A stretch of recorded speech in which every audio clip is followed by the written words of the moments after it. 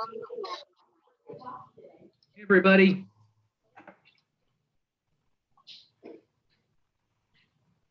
Hi, everyone. Let's get on camera if we can.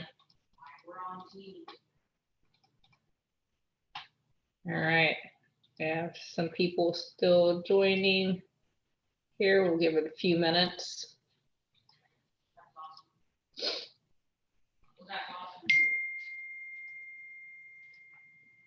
All right.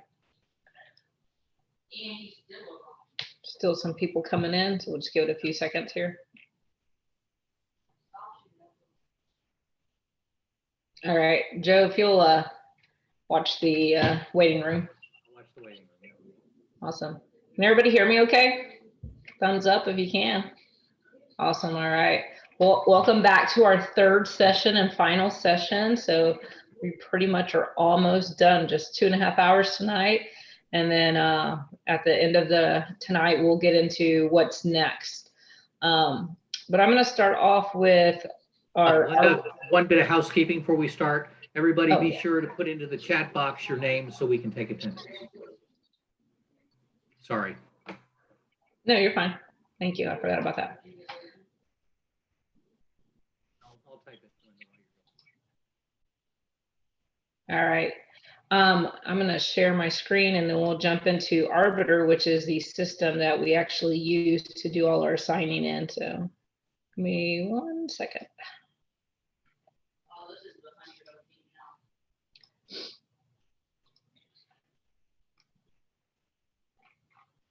All right, so do y'all see Arbiter?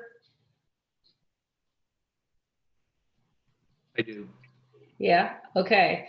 All right, so the Arbiter Sports is our platform that we utilize to assign all officials. Once you've done all your training, your field training, and gotten your rating, that's when I will set you up with Arbiter. But I like to touch base with it just to kind of go over a quick overview of what, really some things that you'll need to make sure you do. We don't have this on a PowerPoint or anything, so make sure that you take notes if you have any questions about it later. Usually once you, again, get your rating, I'll send this out. You'll get a link to your login, and I'll also share some like YouTube videos of how to set up some stuff, accept games and stuff like that. So all right, so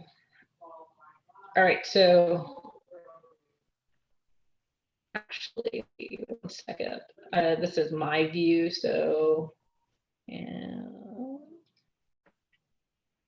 I'm going to sign out and go and sorry, this is the assigner view, so I'm going to sign out and actually I don't know my password right now, so I'm going to go back into the assigner view and then jump over to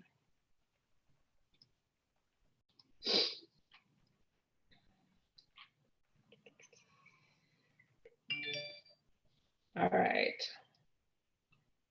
so this is what, once you log in, this is what your Arbiter Sports will look at. Like, here's your main page, which has any announcements on it. So if you see here, we have an announcement which is talking about our U.S. lacrosse and our local board dues. This doesn't pertain to you as far as the local board dues because you've already paid to start your training. However, you should probably already joined U.S. lacrosse or called it to merge in. So we talked about that on the first session. This is what your schedule will look like on here. Then to know when you start getting assignments is you want to make sure that right here on display, it is under list view. If it's not on here, list view, then you won't be able to see on this side to be able to accept or decline games. So if you see here, it gives you the date, time, the site, and who's playing, and your fees that you will make per that game. This fee right here, that's going to be different for everybody based off their level and the level of play that you are accepting for that game. Okay. You all will need to set well, this is not going to show you, but you'll need to set up a Arbiter Pay account, which this is not going to let me go through that. But let's go to the blocks. This is going to be how your availability. And this is very crucial because if I assign you a game and then you decline it because you failed to update your availability, at some point, I'll just stop assigning you games if you're not accepting your games. So it's very important that you are updating your blocks here. You can, if you do soccer or basketball, some of those associations use and you're able to link all of them so that you're just filling out one calendar for all of these. But basically, you can either block all day and you would come over to the date range.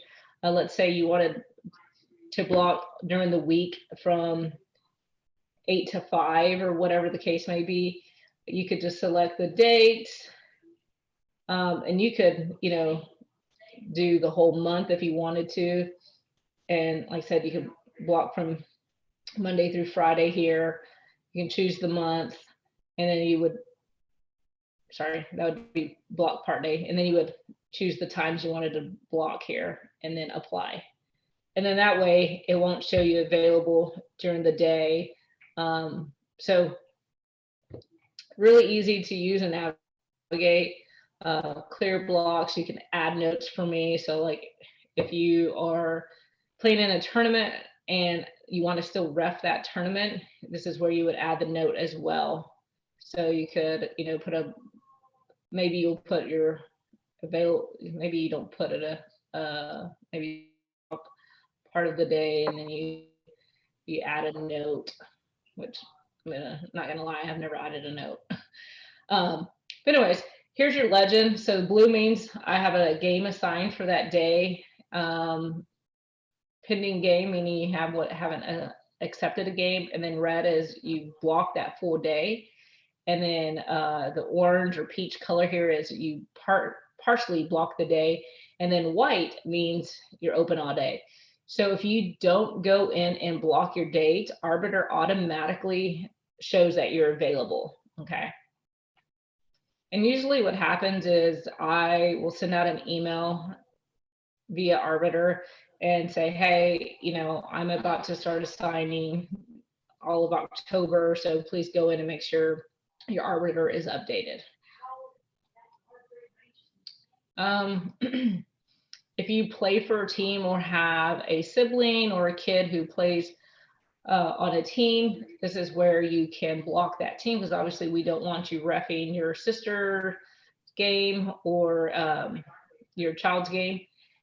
You would come in here and do show all, and then you would just, let's say I want to block Bishop Lynch because I play for them or I have a sister who plays for them. I just click it and then hit apply. And then that will automatically, if there's a game that I need to assign, it will automatically remove you from the available officials. So that's important.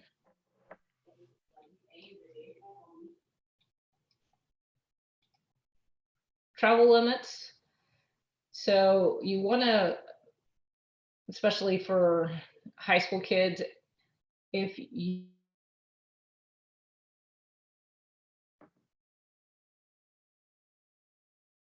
It's like Linda froze. As she said, you can set distance.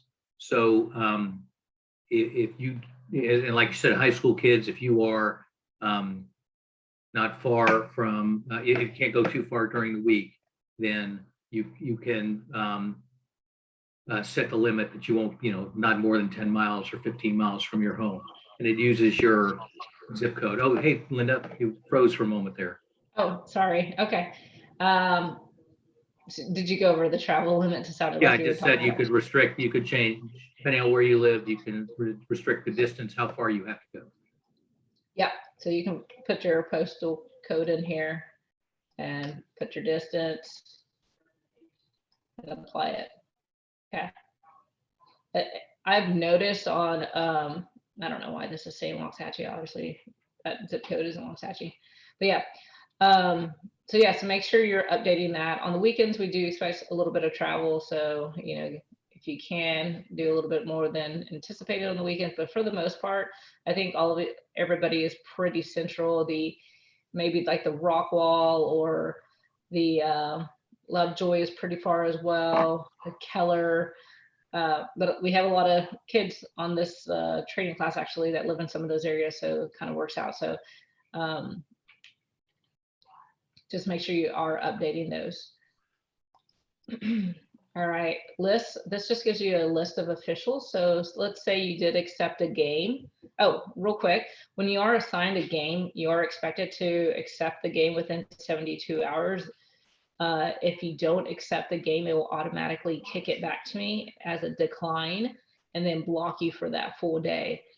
Normally, the first time I'll give you a pass and reach out to you and say, hey, like, can you accept this game? Moving forward after the first or second time, I will just start assigning somebody else and not give you the opportunity to re-accept the game that you failed to accept. You'll want to be sure to download the app on your phone and make sure that you set everything up for text messages, to receive text messages as well.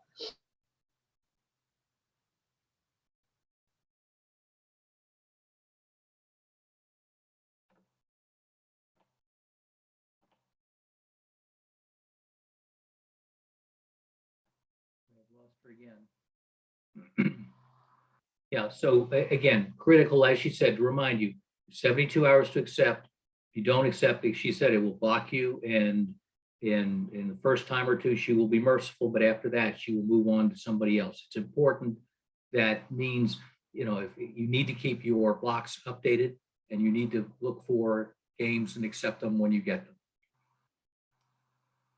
And Linda's very responsive, so you can reach out to her and ask her anything if you've got questions.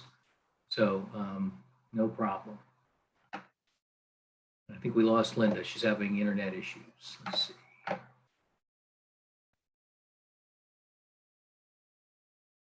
Okay. Let's see. I'm going to share my screen because I've got I can show you what's up. And you can use the website, but the app is really good. It is free. So anytime you can do it. Hold on, I'm looking to see if she's getting back in the room.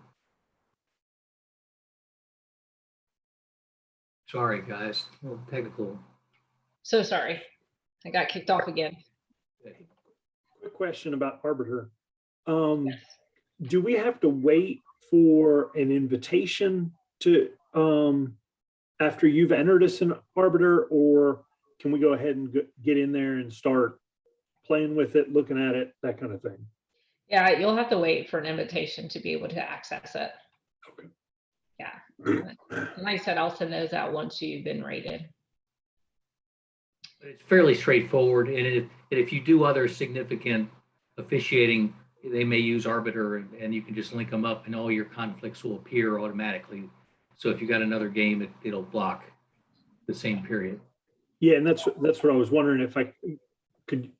I've already got an Arbiter account, so I wasn't sure if they're going to marry together or not. So when you sign on, you'll see a list of 5 or 6 associations that you'll be affiliated with. NTWA would be one, and what you have existing would be others, assuming you use the same email. Cool, thank you. Yeah, so I'm gonna, I don't know if the youth heard me, the high school kids, I was saying I will send out a invite via Sports U. That's just another platform I started using for the youth kids to kind of just talk with y'all as well. And it's a way for you to post, if you need someone to cover your game, to post your game on there and maybe somebody pick it up. So again, once you get rated and stuff, I'll send an invite for the youth on that. The last thing I want to show you real quick on Arbiter is this user preference. So this is where you'll want to make sure that your email and phone number, cell phone number are correct, and have these box checked so that you are getting reminders via text as well as phone.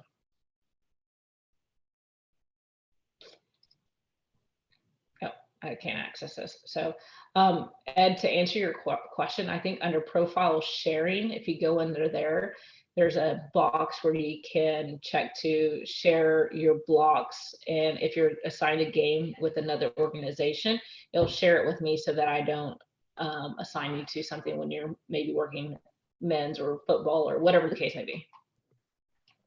Cool, thank you. So that's, like I said, overview of Arbiter. And once you get rated, I'll send it out, the invitation, and then I'll send out again some links that just kind of help you go over Arbiter as well. Right, and the app's really good. Oh yeah, the app. Yeah. So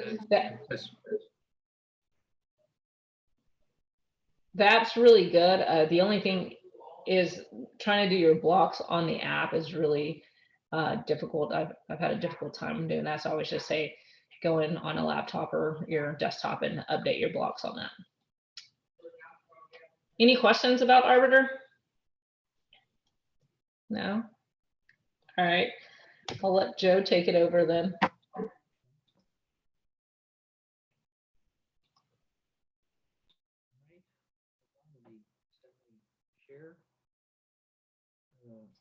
We can't hear you, Joe.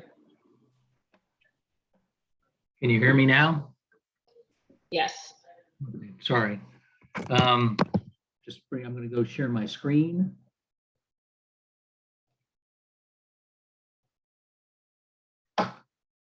Now I'm going to talk about two-person positioning. Can everybody see the full screen? No, it's not on the presentation. It's just, we can see all the deck right now. Let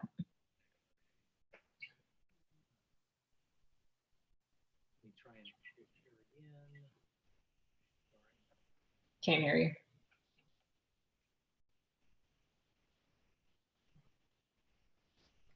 How about that? Better? There you go. Okay, so we're going to talk about two-person positioning. This is last year's, but it has not changed. Remember, there are two people out there on the field, so you are not alone. And that's important, that your partner is there to help you and you'll be working together. So the goals put us in the best position, the two of us, to make the calls that allow us to keep the game safe and fair. And you work as a team to cover all the areas of the field as efficiently and consistently as you can. And you have an assigned area between the two of you. So again, role of the officials is to ensure the game is safe, fair, fun, and fluid. We want players to feel they're safe out there, they're getting a fair deal, they're having fun, and the new one, and really this in the last couple of years, fluid, there's less stopping and starting. It's a continuous game. So there are two locations, and we'll look at table side and far side. Typically the table side is more experienced, but that not necessarily. A lot of times you will rotate after a certain number of goals. The official will run the coaches and captains meeting and discuss the responsibilities with the timer and the score, because those will vary game to game, particularly at the youth level.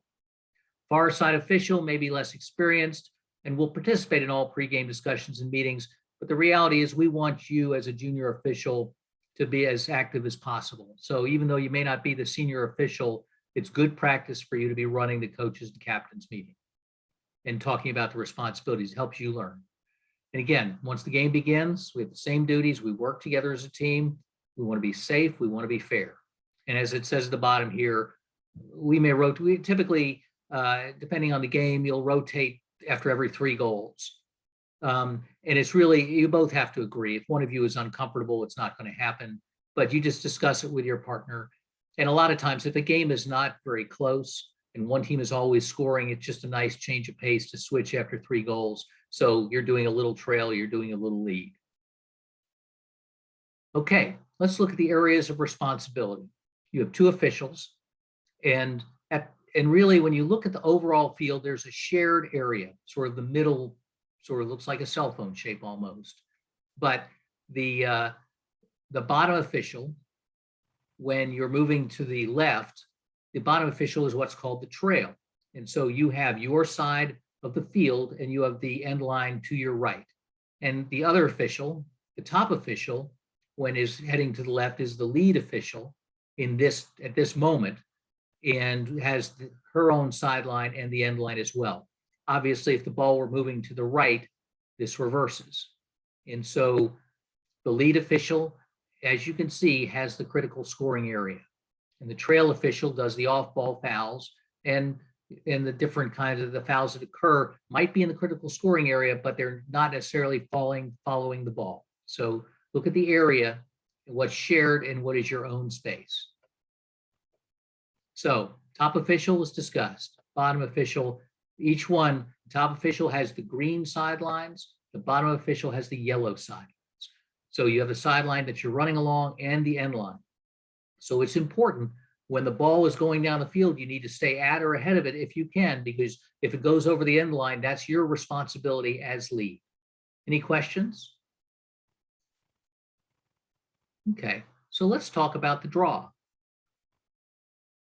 The draw, it depends on where the goal is, but let's assume that it's typically the official who is away from the scoring table administers the opening draw. It's the scoring table at the top. The official at the bottom will administer the opening draw, and the other official will count players from both teams. You want to see, do I have enough players? Are they positioned correctly? And are they, they aren't stepping over the line. So again, at the draw, one administers and the other looks at the other players. Any questions? Oh, I circled the official who's going to start the draw. Yeah, so I figured that was you. Okay, so the circled official administers the draw. So the official who's administering the draw is looking right around her, and the official who is not administering the draw is looking at all the other players.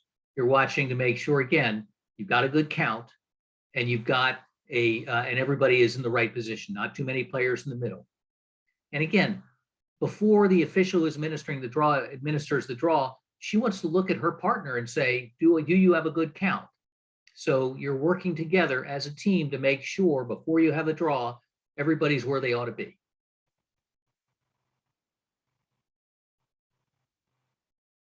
Okay. So CSA responsibilities. You have a lead and you have a trail, as discussed. The lead is the first one down the field who is following the ball in the CSA and around the CSA. And remember, the lead will call the end line and the line behind her. The trail is watching everything else, is watching the off ball. So a lead might be looking for a illegal check. Anybody know what the trail might be looking for? Anybody? What are the penalties, an off-ball penalty that you might offsides? Offside. So the trail is typically, as you're running down the field, the trail is counting the players who are on the side of the restraining line. So that's a good off-ball one. Anybody else got another off-ball one? Another big one? 3 seconds. Excellent. Very good. 3 seconds is a good one as well. And the temptation as a trail, and this is the thing that as a new official you're going to have to work on, is the temptation as a trail is to watch the ball. And as you get more experienced, you'll be more comfortable with not watching the ball because that's not your responsibility. So I think, and I found the first couple of years, I found myself watching the ball as trail, and that's not what you need to be doing. You need to be counting for offsides. You need to be counting for 3 seconds and just anything else that might be happening off ball. Are two players mixing it up? Any kind of foul that maybe is away from the ball, but is important to play. But your good call, you've got to be ready for offsides. You got to be ready for 3 seconds. So space-wise, it would make sense. The trail is looking at her side of the field. And the lead would have and you can see there is a bit of an overlap, but the lead is really watching the ball throughout the entire time that the ball is down in the 8 and in the critical scoring area. The trail, the one critical call that the trail will make, absolutely without question, that is on ball. Anybody got an idea what that might be? The hint is it's a cardable foul. Anybody? There are only 5 of them, 4 or 5 of them. So what would be a Well, then cardable? there's, Pardon? then there might be 3, 2 cards and 1 not. Right. That the trail would just looking- call on her side, On her period. side. Yes, on her side, period. Period. But anybody, I'll take any foul that might occur on her side. Anybody? Well, slash if it happens right in front of her. But what would be another logical one? One that we don't remember yesterday we talked, or the other day we talked about, the one where you don't have a slow whistle. The one where you see it, you whistle it immediately. Shooting space. You got it. And Very what nice. about the 2 cardable ones that oftentimes, well, one in particular is a lot of times a better vantage point for trail. So of your cardable fouls, we talked about 2 that one happens with the ball and one happens with the stick or body. Dangerous follow through or propel. Very nice. Okay, so dangerous propel is with the ball. So that happens really for both officials, but oftentimes trail, because of their positioning behind the ball, they can pick up a good view of a follow through. Okay, more so maybe than the lead, just because of what they're watching. They're watching down through the ball and they're really watching the off ball and like the players and the backs, right? Whereas the lead is watching the ball and has to make sure it wholly crosses, you know, the goal line. Is there any goal circle, blah, blah, blah, all that kind of stuff. So a lot of times trail is able to pick up those cards a little bit easier just based on their vantage point.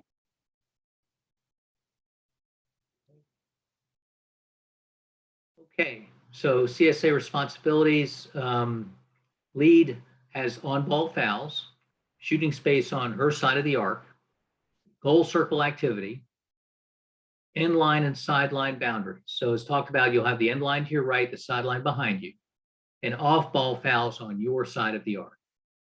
So again, lead is focusing on ball. The lead will also call the goals.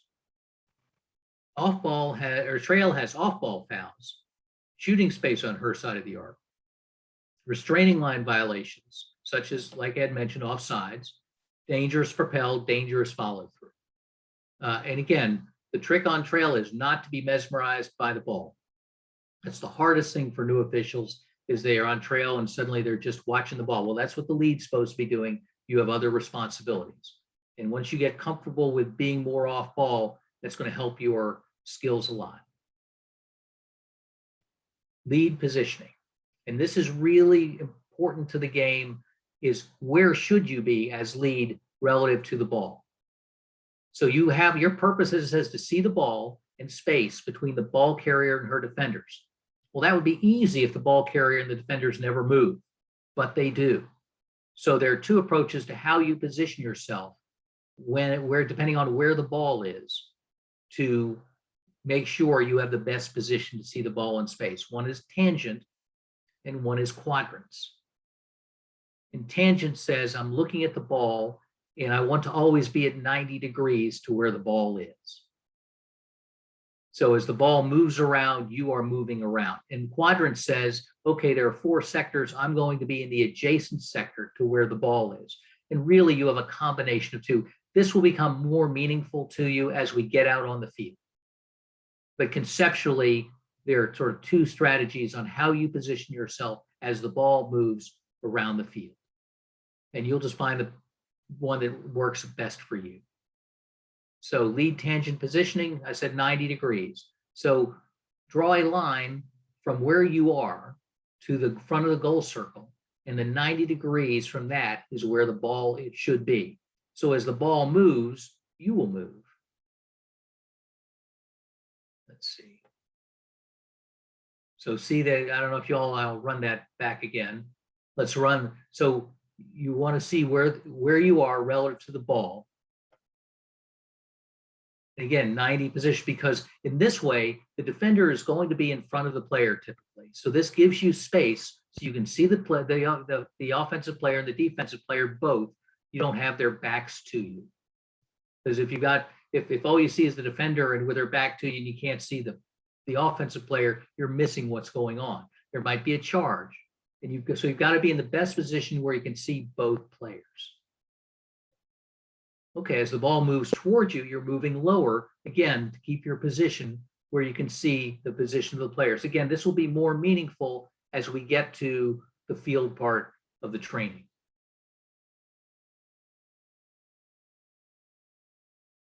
Now, obviously the ball is going to roll.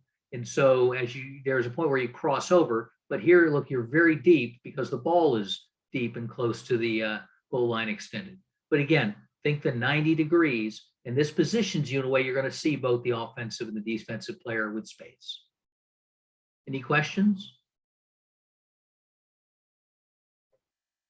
Kendra, do you want to take over for quadrant, or how do you want to do this? Okay, well, I'll keep going. Lead quadrant. Okay, so. Sorry, I was trying to unmute. I can. Yeah, I can. All right.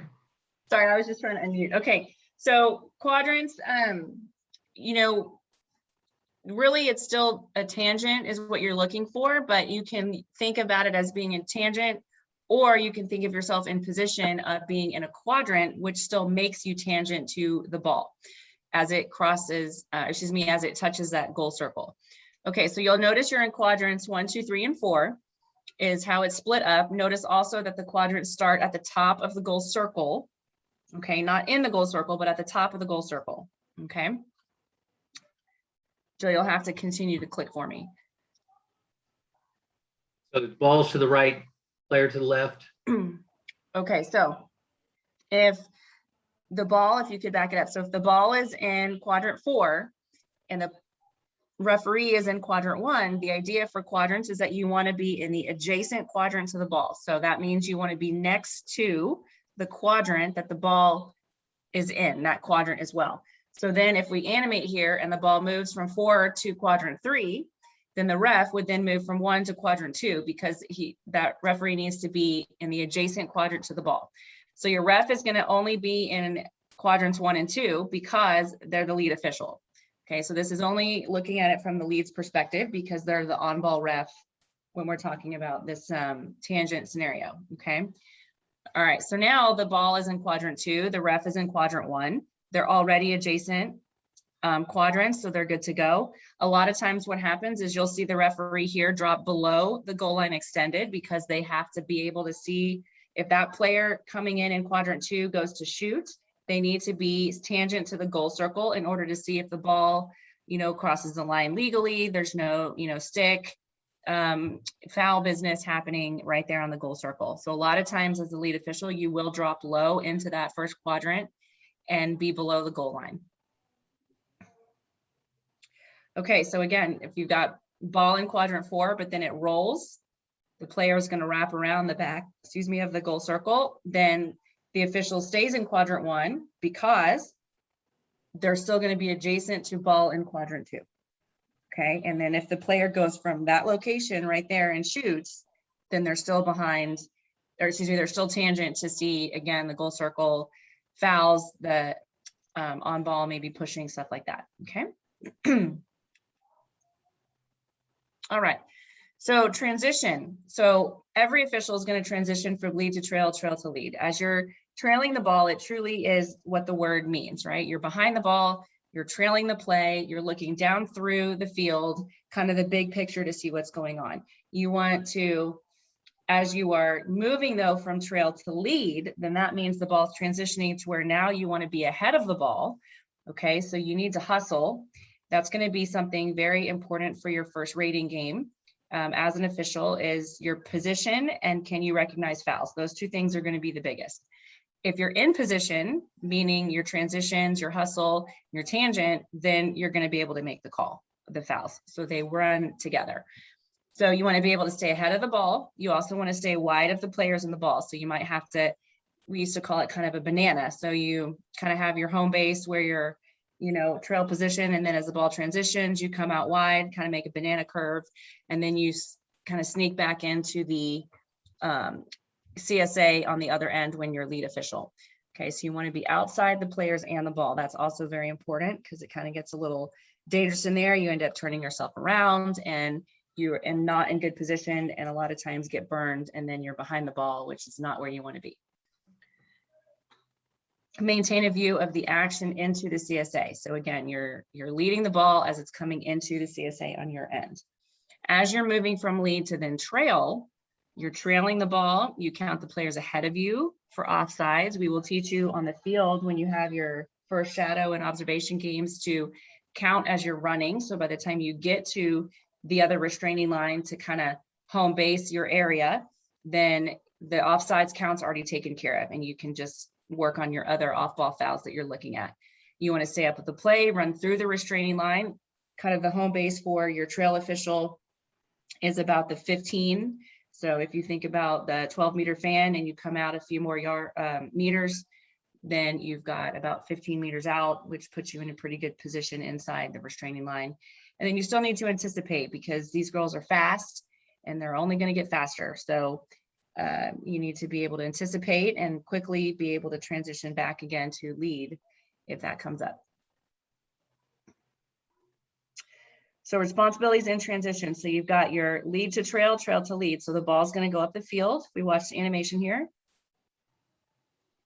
And then you'll notice that your trail official that was by that restraining line is still ahead of the ball as it's moving down.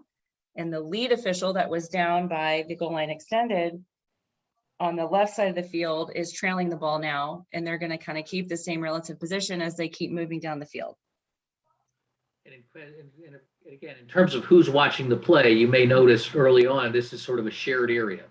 So you both may be making calls within this same space. Yeah, certainly in the midfield, you see some shared space, yes. And then once we get down to lead now, the new lead, you'll see that, you know, kind of their home base is around between the 8 and 12, and they'll kind of pop in and out, you know, below the goal line extended up through almost that middle hash mark, center hash. And as a trail official, they're at about the 15-meter, if it were an actual line drawn in the field, and they're moving along the arc from just off the center hash and to their left down towards the hanging hash. Okay, so you're never standing still ever. And if you are standing still in your games, we will tell you that, and you need to be moving, because then that's going to dock you on your rating. You have to be moving because the ball's always moving, right? I mean, rarely is it still. And even if a player's holding the ball, they're going to take off and do something with it quickly. So you need to always be moving. Couple of the handouts that I attached. This is a good one just to kind of reference in this section is the officials in transition. It kind of just talks through some good stuff there, review on what we're covering in the PowerPoint. Next show. All right, so your restart guidelines. So the lead will restart play in the CSA. So oftentimes if the trail maybe has a call, like there was 3 seconds, it's an off-ball foul, trail made the call, they will give the information to the lead official, but the lead will set up the play and restart it. Okay, each official will always manage the restarts on their side and their boundary. So remember, your sideline is the one that's behind you as the official, and your end line is the one to your right. So you're responsible for making the calls on those 2 lines. For instance, if there's a boundary ball, then if it goes on the end line to the right, then that lead official there is going to make that end line boundary call every time. Okay. Occasionally you'll have to rely on your partner for help, but still they're going to be the one to manage it.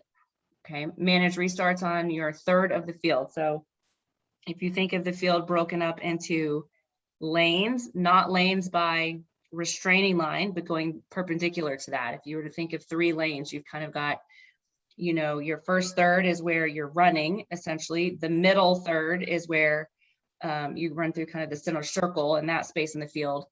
And that's usually the shared space. And then the other third is where the other official is running. So you want to manage your third of the field and the calls there.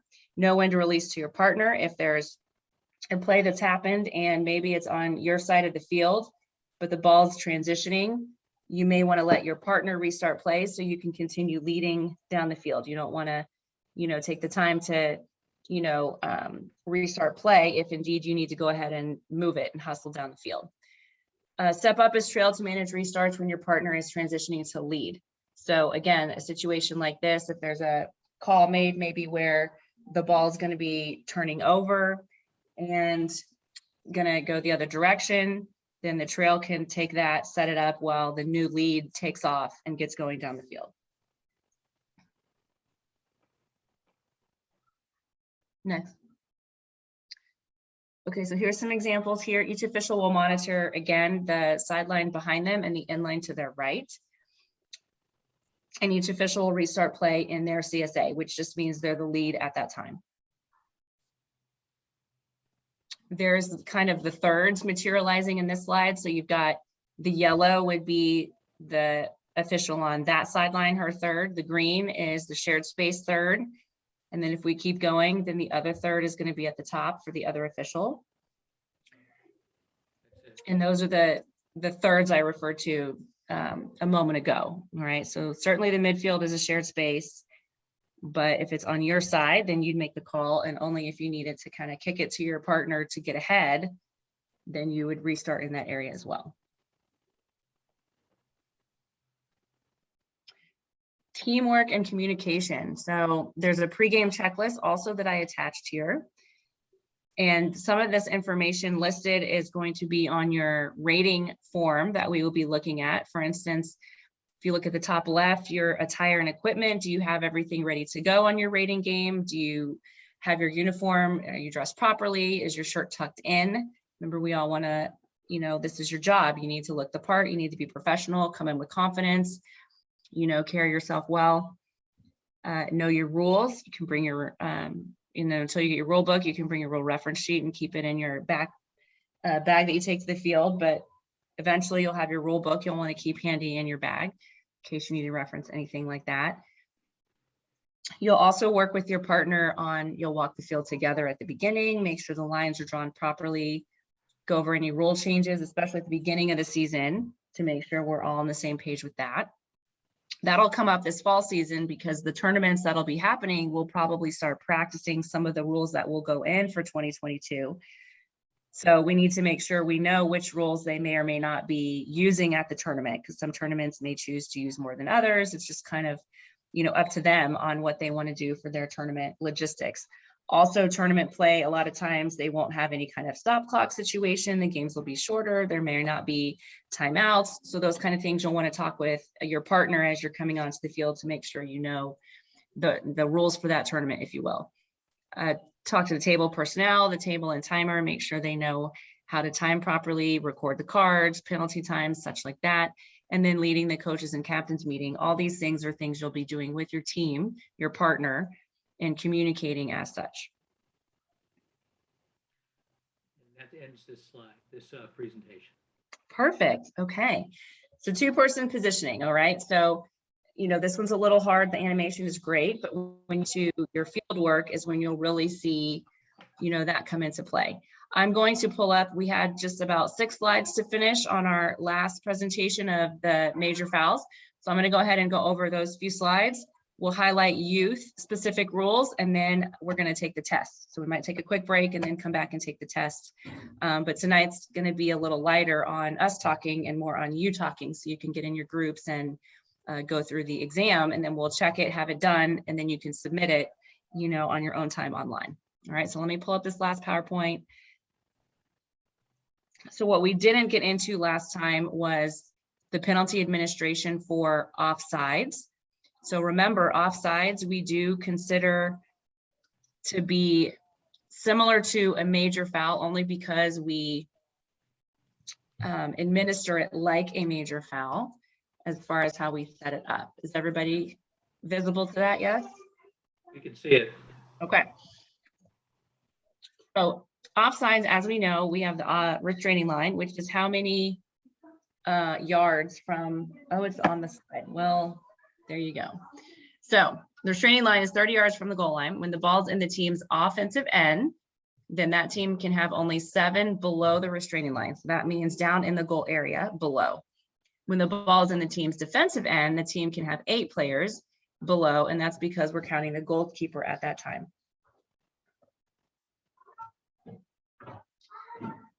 So for the restraining line, when a team is serving a penalty for a card, then they have to play short. So their whole team plays short.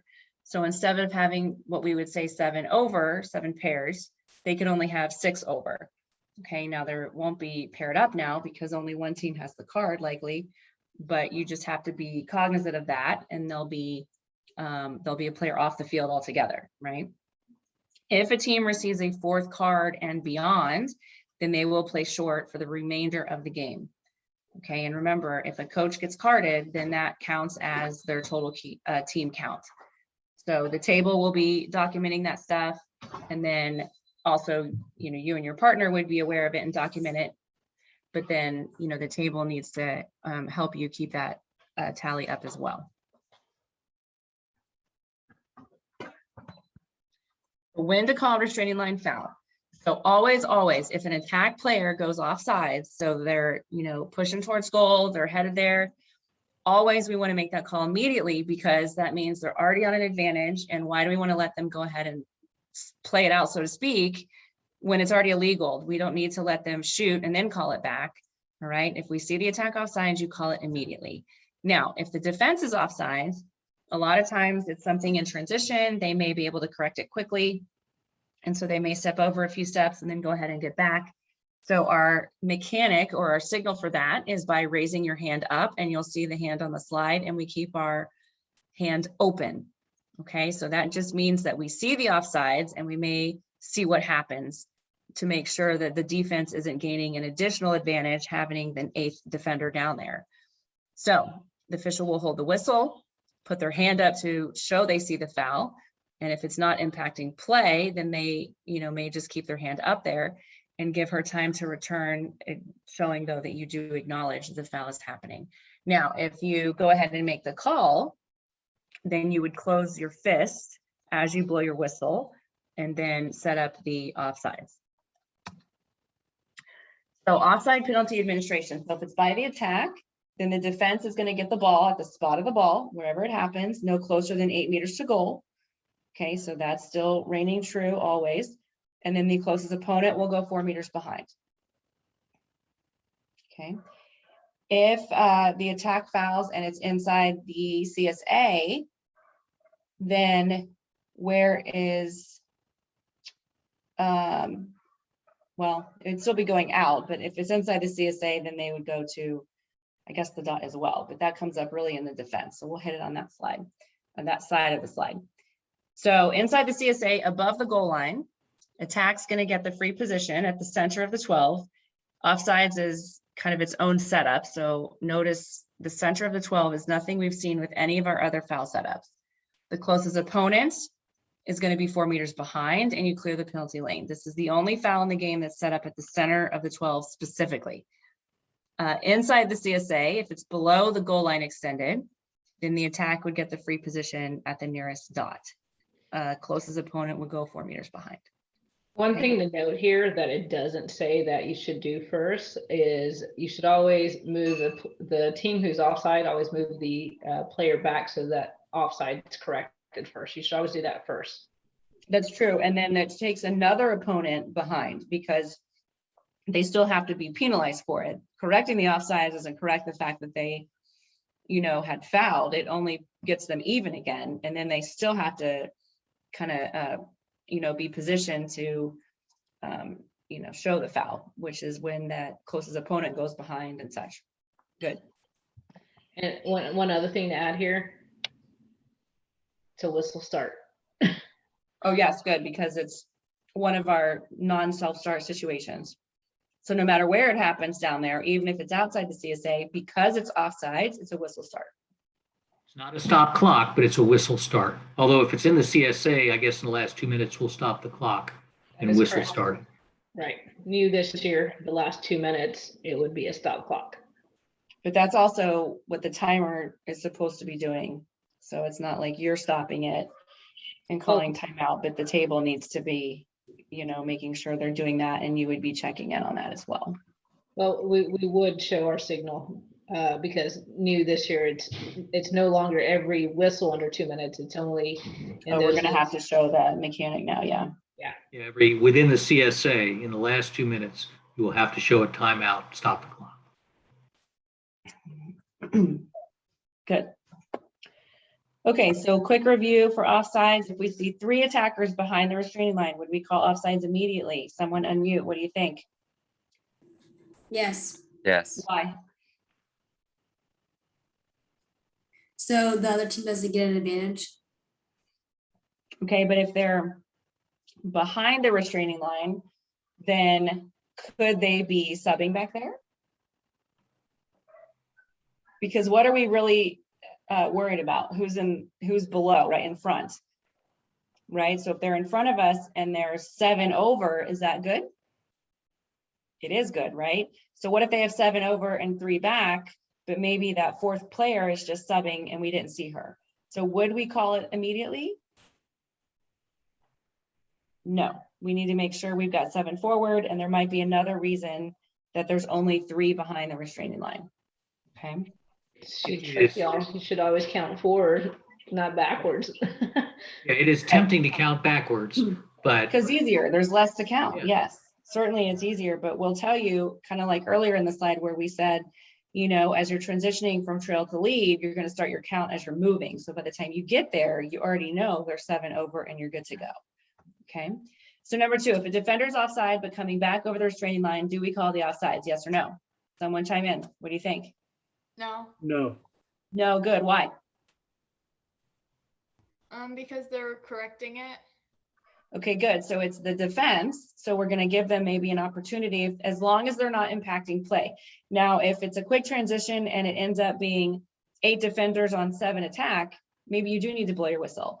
But a lot of times with the defense committing this foul, it doesn't happen like that. And they may be able to quickly correct it, but we would show our hand up to acknowledge that at least we see the foul. Good.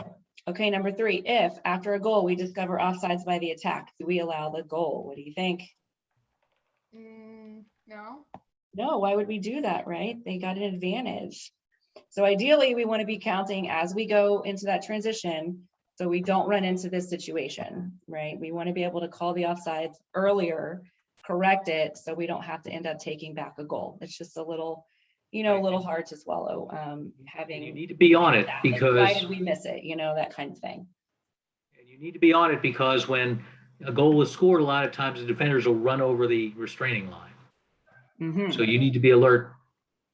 Yeah, Maybe so go the trail congratulate the- should be paying attention, because just because there's more players down there, you know, when we're ready to score the goal, doesn't mean they were over when it was actually scored. Maybe they're running down to congratulate their teammates, stuff like that. So that's a good point, yes. Okay, so that concludes that presentation. So the only thing left we have is, whoops. The youth to kind of highlight. And I think I sent this also in your information, is the youth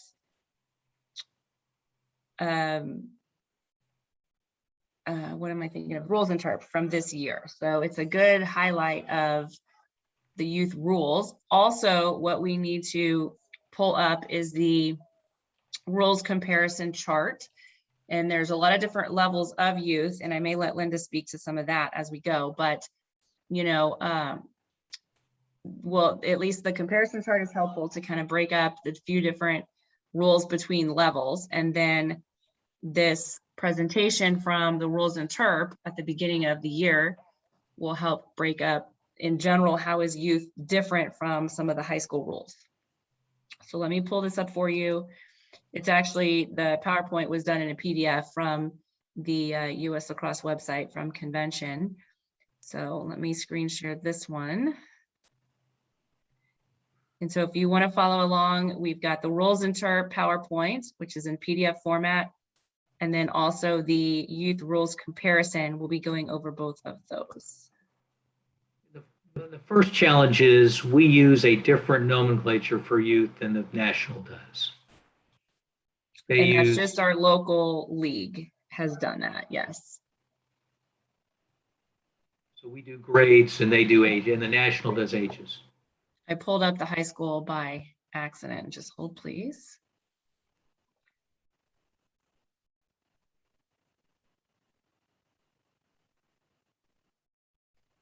Okay.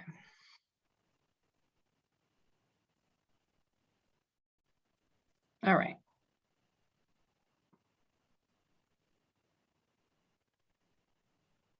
All right, do we see it? Are we good?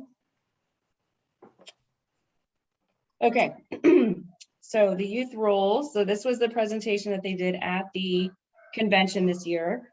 So what I also attached was the youth rules book. So it is digital. All right, so you can get the youth book is digital. The high school book is not. It only comes hard copy, and you have to purchase it, or it comes with your membership. So when you all sign up as an official, your rule book is included as part of your official membership. If you're a high school kid, you want to get the youth rules because that's what you'll be doing as a junior ref. And then Ed, as an adult, you would get the girls or the women's rule book, and then know that there's some youth particulars that you'll also need to be aware of in this digital copy.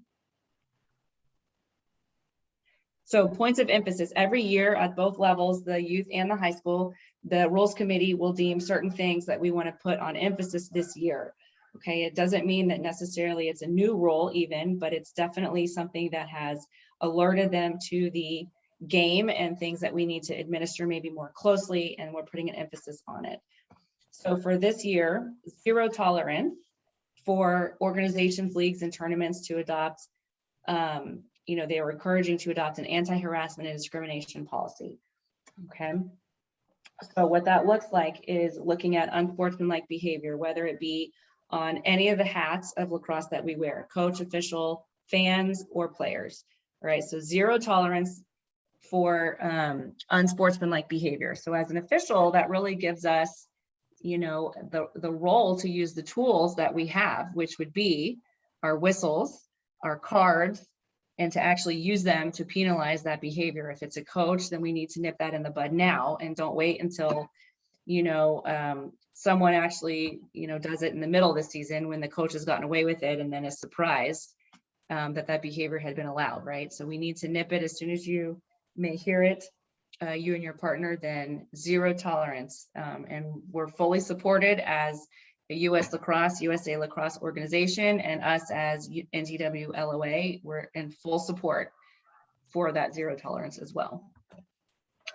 It could look at any of the following examples: arguing a call, threatening individuals, taunting, players. We've had parents on other teams taunt the players from the opposing team.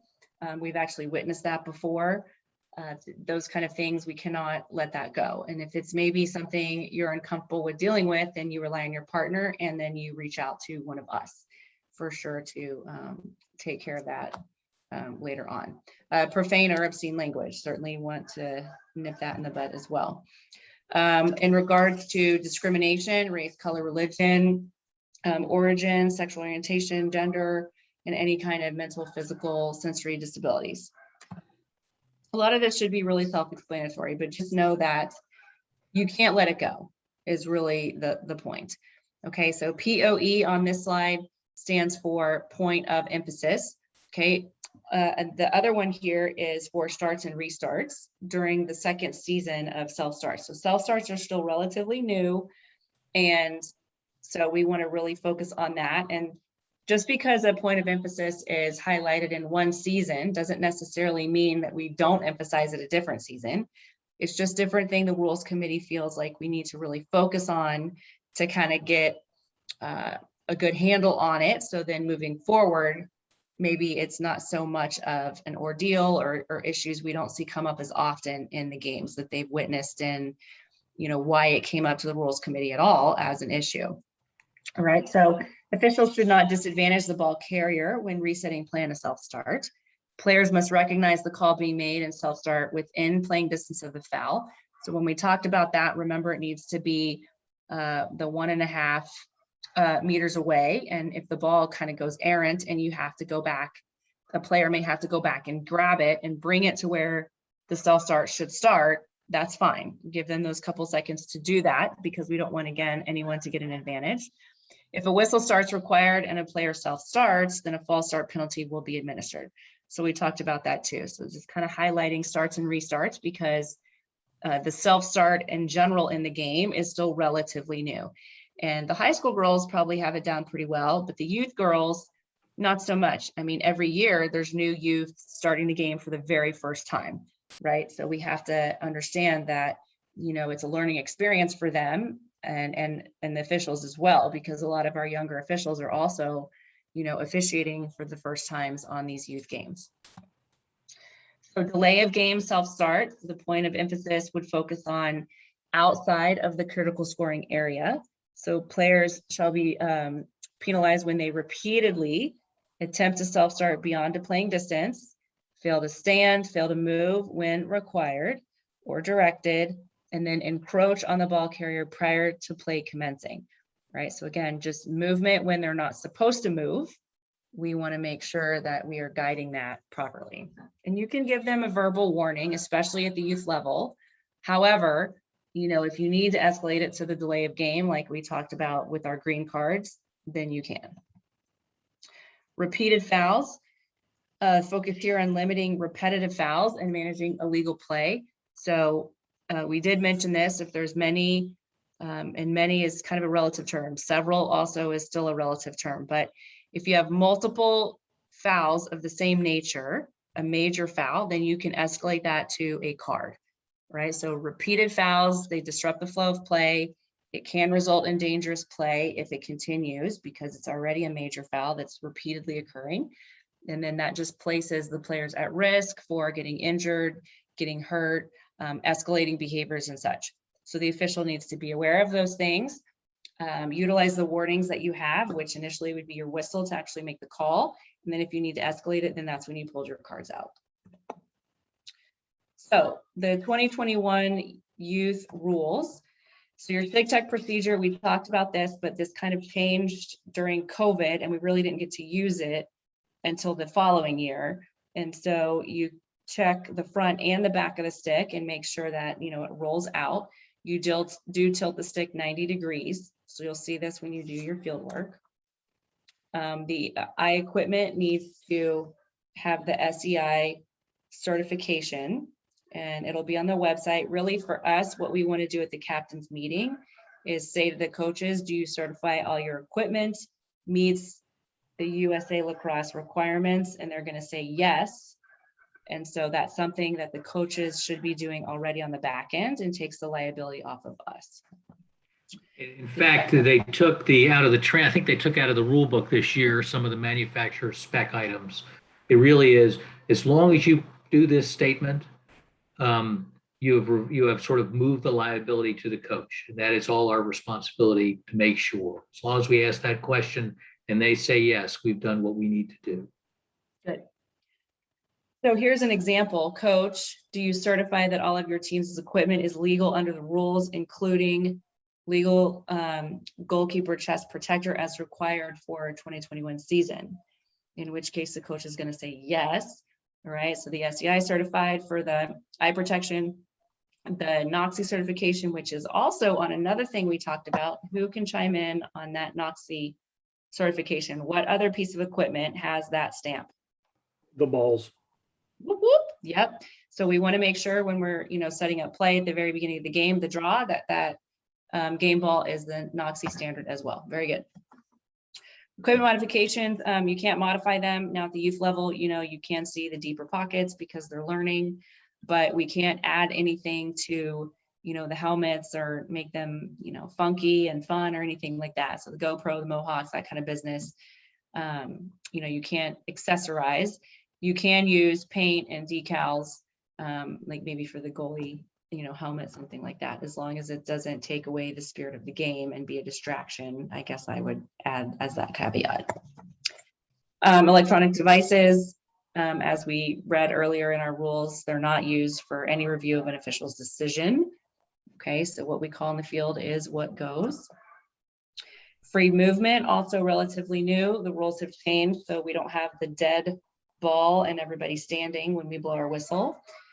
So the new rule allows for players to be moving all the time. So, the player set up in the actual penalty won't be moving. If it's a self-start, then they just have to be, settled stance and then they can go. And then if it's inside the CSA, then we set them up appropriately. And then it's a whistle start, but the players around that penalty setup, as long as they're not any closer to 8 meters from goal, then they technically could be moving or still moving to adjust where they want to be. So for the draw, just some review here. Any number up to 12 players on each team. Now, and Linda, chime in because of the youth assignments that you know more of here, but it's not applicable to the 8U and the 10U, which is, Linda's Yes. at the 3-4, third and fourth Yes. grade.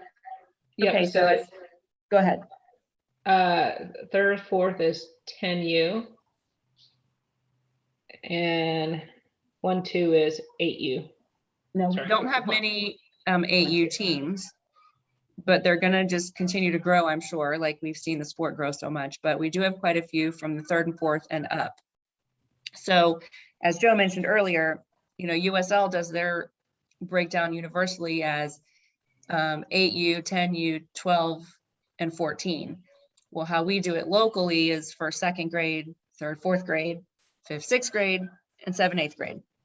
Okay, so that's what we mean by the kind of breakdown in the terminology. So 10U is third and fourth grade, and they can be played with less than 12 because the field lining itself is different. We don't have, for instance, restraining lines. There's, you know, they're just really learning. It's usually played like 7v7. Yeah. Sometimes we see the shorter field where it's flipped to be, you know, like they'll move the goals to be on the short side of the field instead of on the long side of the rectangle, if you will. So that's where what it means to be not applicable to those age levels is because it's a completely different learning experience just to get them on the field and get a little exposure to the sport. Also not applicable to 12U teams if they're playing like an 8v8 scenario. Okay, but that would be specific. You would know that going in. So I was gonna say on 3, 4th, it is 7v7 with a goalie, and 1, 2 is 4v4, no goalies. On time, those games. Resuming plan and boundary. So we talked about this, but we'll highlight it again. When a ball goes out of bounds, the opponent closest to the ball will bring it in bounds. So the opponent, so remember it goes off of red, that means blue is going to get the ball. Ball carriers should bring the ball in bounds relative to the spot. They cannot throw it from out of bounds. They must come onto the field first. And then remember, it's the 2 meters of free space. Okay, it's not a foul, so we don't have to go 4 meters. A boundary ball only needs to come in 2 meters. And the players around that will come in 2 meters relative to where they were when it went out. Okay, if there's a shot that goes out of bounds or a deflected shot, then the player whose body or cross is in bounds nearest the ball when it crosses the boundary will gain possession. So again, though you can use your stick and extend to be part of your body, it's still closest to where the ball actually went out, not necessarily closest to the line itself. Okay, the ball carrier will bring it in bounds according to the rules, meaning they can't throw it from out of bounds again. That would be an additional turnover. In the youth game, you're often going to see covering. You're often going to see the empty stick checks because of the learning. Okay, they're not very skilled. A lot of misplays on the ball because they're still trying to gain their experience. So covering, you know, with the her foot, body, or cross to prevent an opponent from playing the ball. So again, you want to make sure that they actually have advantage and they're keeping an opponent away from the ball before you would make that call. Major fouls, you've got your mandatory card example here, check to the head. Okay, and we're looking at also the head, the neck, the throat area. False starts probably happen a lot also at the youth level because they're still getting used to when can they move, when can they not move. They get excited, they're pretty jumpy a lot of times. If you self-start when you're not supposed to self-start, that's your false start call as well. Self-start, again, let's review, is not an option when the game clock is already stopped. So maybe you have a card that you stop the clock, maybe it was offsides that you stop the clock, okay? And then it's gonna be a whistle start for those examples. Offsides, alternate possession, AP, inadvertent whistle if you're inside the CSA, and of course for a goal. The new false start rule does not apply again to 8U and 10U because those are just really the learning games. It's only 7v7, not all the lines are on the field. We'll kind of compare that in a moment with our chart. Major foul between the 8 and 12, then you're gonna pull it out to the 12, just like we talked about earlier. And then rule specific to you. So that was still kind of a highlight on what we talked about earlier, but some of the newer rules for 2021, that's why they're in this rules interp at all. So defining what is an illegal cradle. So when the ball carrier holds the head of her cross with or without cradling close to her face, so within the 7-inch imaginary sphere that surrounds her head. Okay, now the reason that they cannot cradle there is because as a defender, the opposing penalty is checking in the sphere. So if the defender can't legally check, then the attacker can't hold, you know, the cross inside that space. Okay, so they go hand in hand.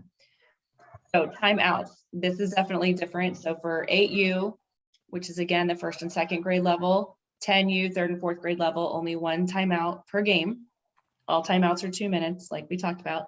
And then 12U is 5th, 6th, and 14U is 7, 8. So 2 timeouts per game, which is just like the high school level. And then any questions, that's the rules committee for that. But, you know, this was again, the presentation that he used at convention. So you really don't need that information. Any questions on youth? Hey, Kendra, do we still have local rules? Free pass, the 1 pass rule? Yeah, Linda, will you go over those? Because I know you got that information just recently. So Yeah. locally, there's a few things that we call a little differently that the local areas put in place. In addition to what we just went over. So I'll let Linda speak to that. Yep. So at the 1-2, there, like I said, there is no goalie and it's 4v4. They do the 12-minute halves with a 5-minute halftime. They only have the goal circle, no other lines on there. They use the regulation ball. The game for 1-2 starts with the draw at the beginning of the game and at half. All other instances, if there's a goal scored, then a defender from the non-scoring team gets the ball from the goal cage. And Pause. Let me just pause you real quick. Guys, if you could pull up that rules comparison chart, then you can kind of see some of these things she's highlighting and some are in addition to, you know, what you would be calling from the chart. So it compares the 1st, 2nd, 3rd, 4th, 5th, 6th, 7, 8. So it's File called named Comparative Youth Rules Chart. 2021. All right, so she's talking about the 8U right now, which again, locally we call the 1st, 2nd grade. Okay, so she mentioned the 4v4, no goalkeeper and such. So if you want to pull that up as she's kind of speaking through these, you can see some of what she's referring to. And then also locally, what we have to keep in mind. all right. Okay, so no restraining lines and no cards for 1-2. Any number of players on a ground ball. So I think on US lacrosse, it's for 1-2, so 8U, it says 1v1 on the ground balls. So this can be any number of players on the ground ball for locally. Kicking the ball is not allowed. We do ask for 1 pass attempt required. 1v1 defense required. So making sure, you know, they're paired up. No checking. And then of course the 3 seconds good defense applies here. All right, and then Ooh, let's go over that. We haven't talked about that. Talk about that, please. All right, 3 seconds good defense. 3 seconds good defense is, of course, at the 1, 2, 3, 4, and 5, 6 level. So 1, 2, 3, 4, there's no checking, but the 5, 6 level, it's modified checking, right? So the stick has to be below the shoulder to be able to check. So if the defender is in a checkable position, so either even or ahead on stick side, and have 2 hands on the stick, then they would be in a good defense, right? Because they would have the opportunity to check if it was allowed. Anybody want to add to that?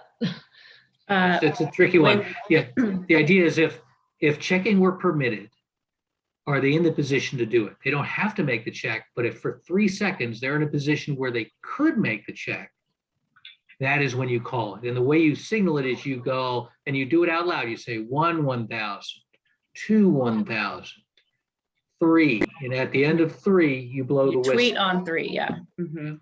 And so this typically will happen if a girl is running up the field and another girl is right next to her, and the girl does not change her stick to the other side. And this is something it's an early season foul, but once they sort of all figure it out, the coach will yell change and they'll move the stick to the other side.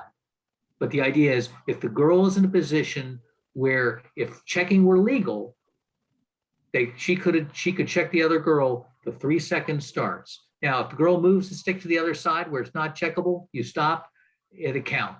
So during the, if it's a long run and she moves it back and forth, you may start the count a couple of times. But again, Okay. the girls figure it out early in the season. Cool. Yep. So that's still applied at the 5-6 level, does not apply at 7-8. And I think that says that on your rules comparison chart. So for 3/4, which is what I said, 10U, 7v7 with a goalie, 20-minute halves. So the field will have the goal circle, 8 meter, and a midfield line, and they will use the regulation ball. We do issue cards, but the team does not play down. Kicking the ball is still not allowed. To start the game and after every goal, they will have a draw. They will hold 2 players behind the midfield line. That would be their any number of players allowed on a ground ball. So, and 1 pass attempt rule is in effect for 3/4 as well. I believe at 5-6 we have a 1 pass rule as well. Actually, I need to check on that, but I believe we do. But definitely not at 7-8, right? No, not at 7-8. Yeah, Um, 7-8 is really like, it's almost high school, really. I mean, Yeah, I think 5-6 you do have a 1 pass rule still. Now, if they pick it up, if they pick the ball up in their offensive end below the restraining line, they do not. The 1 pass rule does not have to apply. Okay. And at the 3/4, if it's within the 8, they don't have to restart the pass.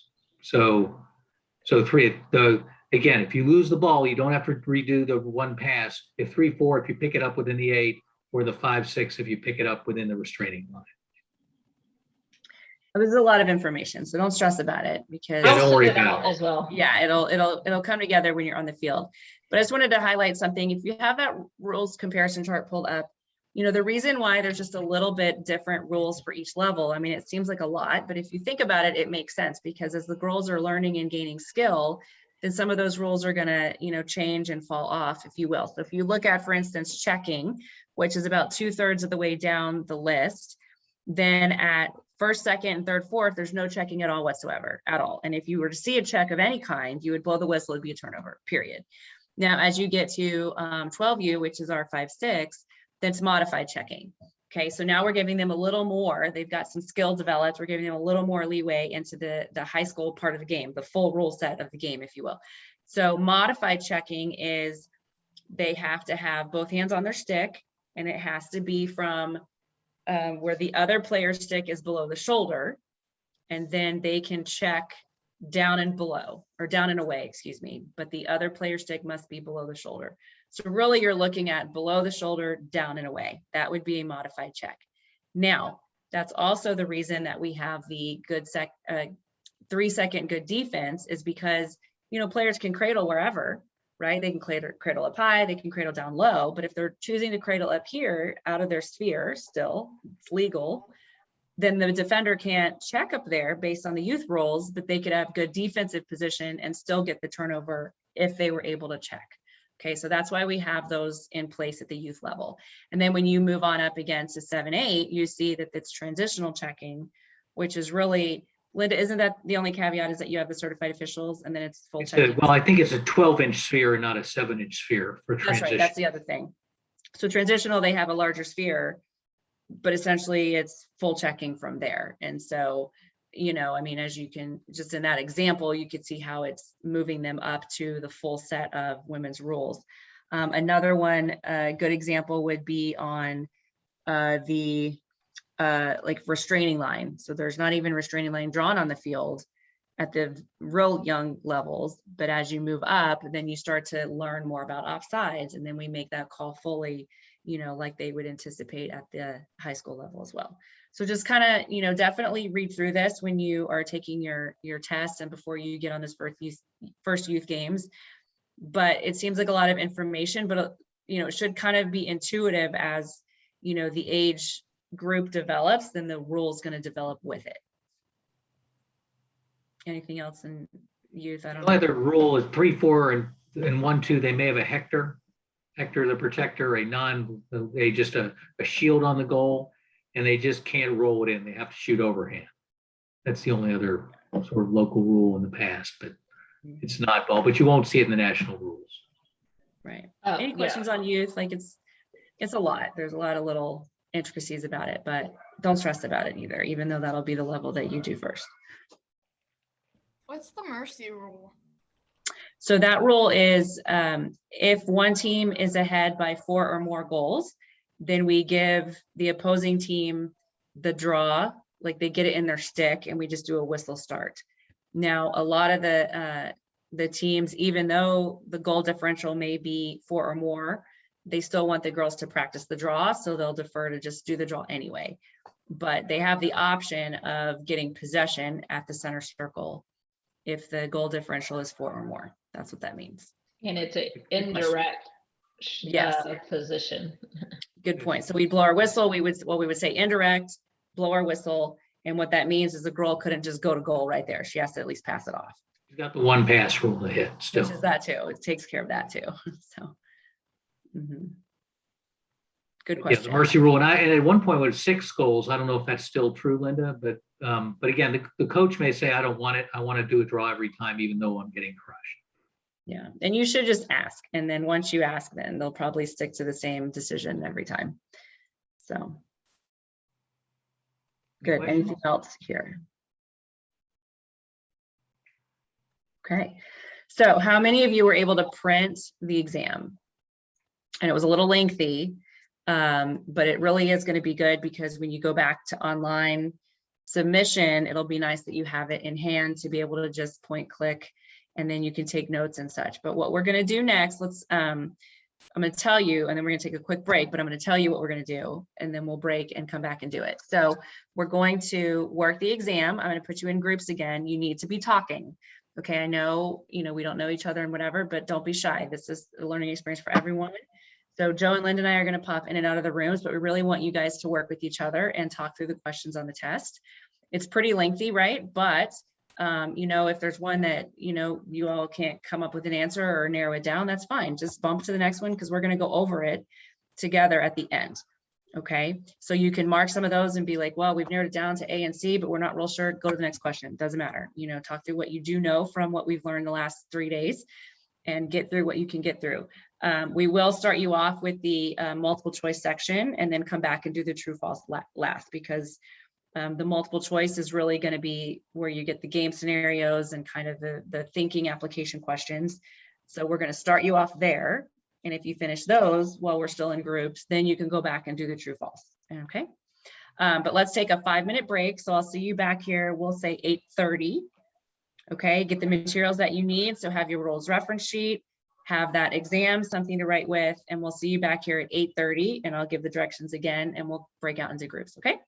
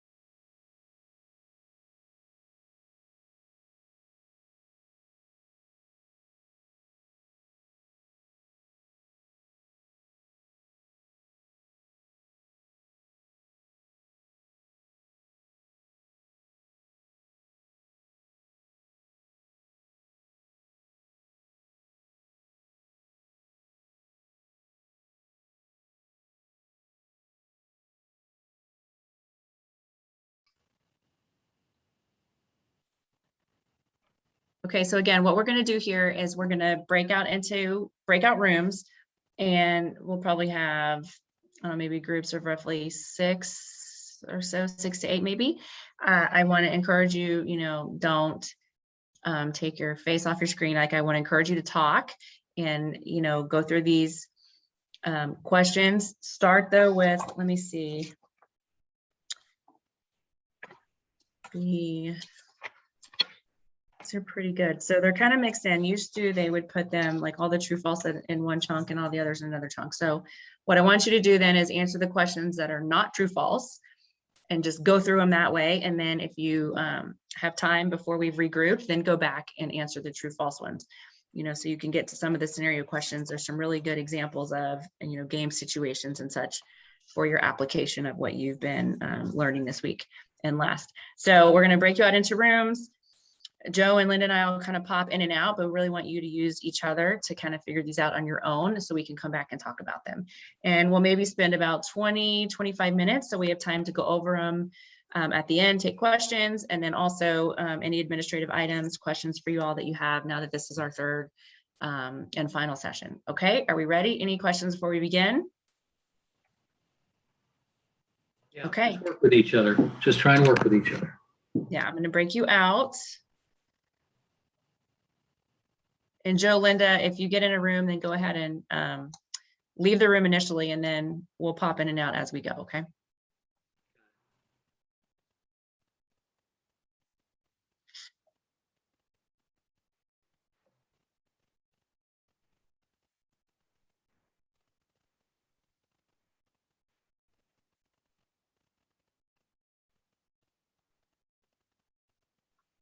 And Joe, go ahead and pause the recording also for this section.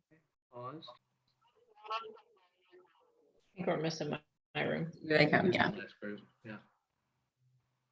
Okay, welcome back. We hope you had some good discussion when we popped in to each of the rooms. There was some good conversations happening. So, a lot of the application pieces here. What we're going to do is just kind of go, we'll go kind of quickly question by question where we have some that we need to discuss. We can go through the different answers and whatnot, and certainly chime in if your group debated over something that we need to cover in more detail. So question number 1, what do we have there? D. D is correct. Again, just stop us if you have a question. Don't be shy. There was debate all around, and one of my groups, they got into convincing one of the other ones like it's going to be this because they were really talking through it. I think that's great. Okay, so definitely the teamwork we want to see. So 1 is D. Question 2 is B as in boy. Question 3, D as in dog, and question 4, D as in dog. Anything on those first few? You said 4 is D? D, yes, all the above. So question number 4, to resume play when the ball's gone out of bounds, the closest player will be bringing it in. That is true. A is true. Position 2 meters. That is true. And then they can self-start on a boundary ball. They may run inbounds with the ball and continue play. They cannot pass. So that's kind of the one to alert you to. There is the rule as they can't pass. That would be another turnover, but they can run in and then continue playing. And so then that makes D our answer, okay? All right, question 5 is C. Question 6 is B.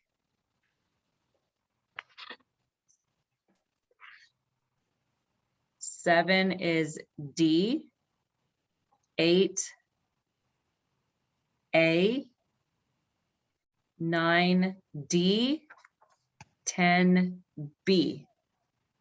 Okay, for those last 4 or 5, any questions there? How'd we do? Pretty well so far? Okay, good. I like the thumbs up. I like it. Good. You're used to that from school, I guess, last year. Okay, so I'm going to go maybe 5 at a time and then we'll pause. Okay, so I'll go 11 through 15. So 11 is A, 12, D, 13, A, 14, D, 15, D. Questions on 11 through 15? 11. Why is it not B? Okay, so When a player self-starts from beyond playing distance, the official shall. So reset the free position, allow the player to self-start. So we do want to bring it back. So reset it is what that means. Hold on, let me get someone from the waiting room there. All right, reset free position and make the player start on the whistle. So they can still self-start. So the whistle is not necessary for B. Turn the ball over to an opponent. So as long as she comes back and, you know, we can reset it. We don't necessarily have to penalize her and turn it over. We can allow her to reset. And then D, without warning, yellow card. Well, it's not misconduct. I mean, it's just a self-start. Okay, so we can. I mean, if she self-started when she couldn't self-start, that is a penalty. But if she can self-start but starts beyond the distance, that's when you bring her back and whistle start. And Yes. but we talked in the group, if somebody does this 5 times in a row or a team does it 5 times in a row, then you can start thinking about calling a foul. And what foul would we think about calling? Repetitive. Delay game. Delay of game, yeah. And what would that mean? What would you show for that? Green card. Yep. So yeah, the wording in this one is the beyond playing distance. So we do, you know, if you think about what it means to D in the self-start scenario, then they pick up the ball and go. So they're not really thinking necessarily of maybe the location, not maybe on purpose, but we still don't want them to get an advantage. So because it's beyond playing distance, we can go ahead and bring them back over and then restart. Okay. All right. Anything else? 11 through 15.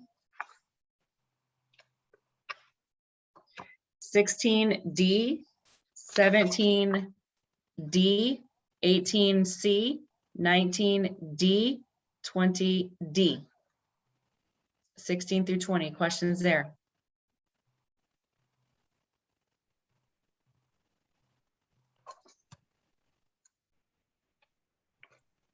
Okay. 21B, 22B, 23C, 24A.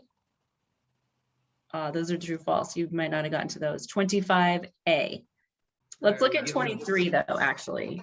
Are we giving away true Yeah, and I false? just kind of kept going by accident. So we'll go over those as a group and then keep going.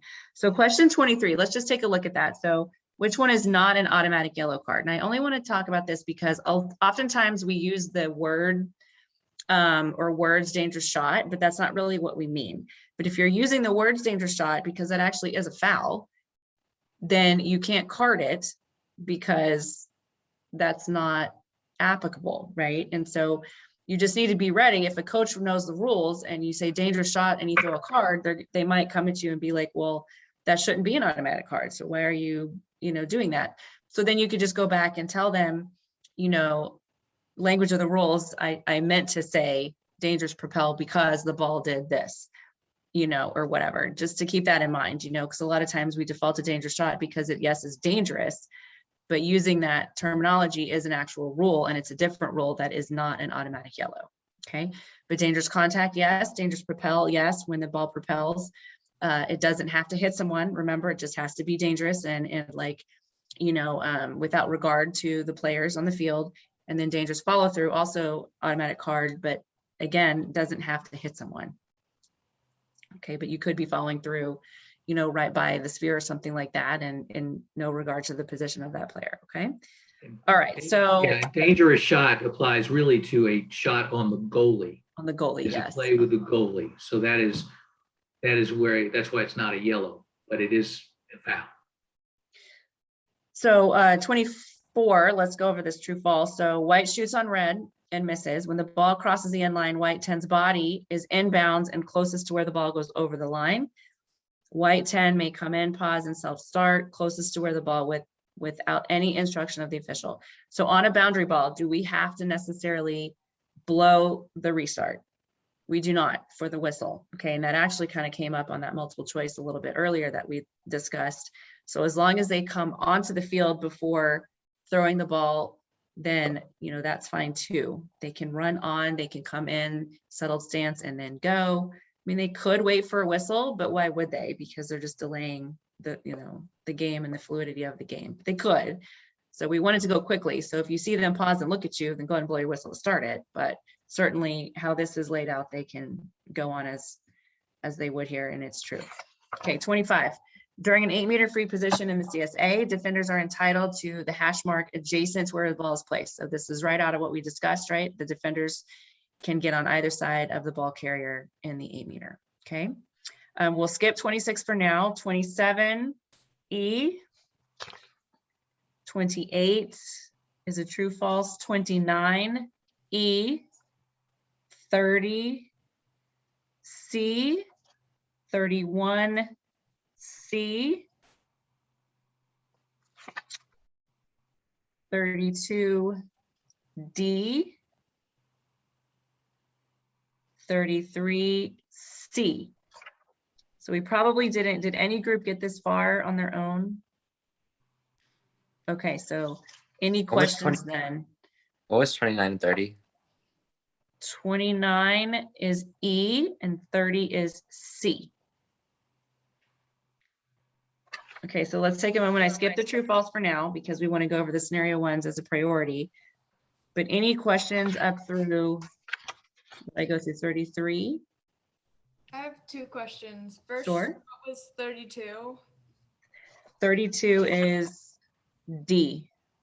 Okay, and the second one was, what is a possession timeout? Good. What question are you on?